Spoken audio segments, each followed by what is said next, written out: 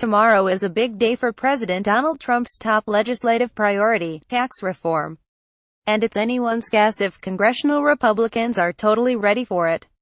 A day after Republicans delayed the release of their tax bill, amid reports of strong objections from Republicans in Democratic-leaning states, House Ways and Means Committee Chairman Kevin Brady now says the bill will definitely be released tomorrow, Politico's Brian Failer and Rachel Bade report.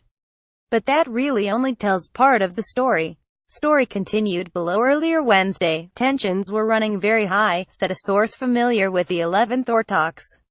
It was not immediately apparent how they bridged that difference, and that wasn't the only problem Republican leaders confronted. Republican tax writers could be heard speaking in raised voices during a more than 2-hour meeting at the Capitol Tuesday night.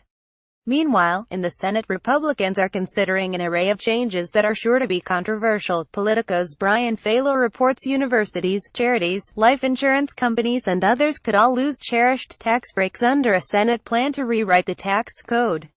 By signing up, you agree to receive email newsletters or alerts from Politico. You can unsubscribe at any time. For his part, President Trump hasn't swayed from his position that he wants something done, even if he is light on the detail, by the end of the week.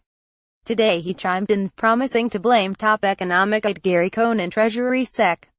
Steve Mnuchin if a tax bill doesn't hit his desk, and also offering some pro bono branding help. He wants to call the legislation the Cut Act, per a source familiar with internal discussions.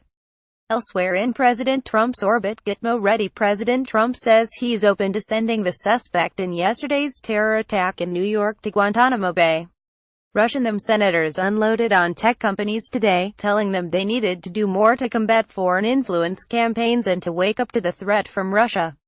The companies also revealed the ads that Russia used to try and influence people on social media.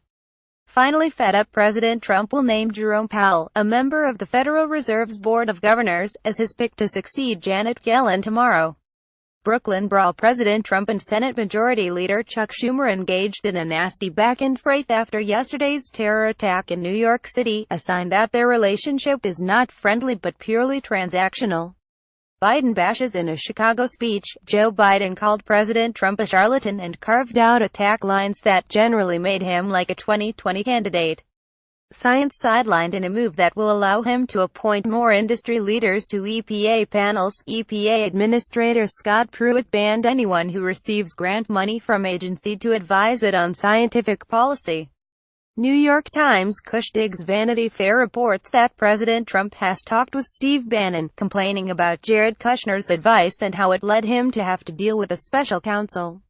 There you have it. You're caught up on the Trump administration. Wednesday is finished.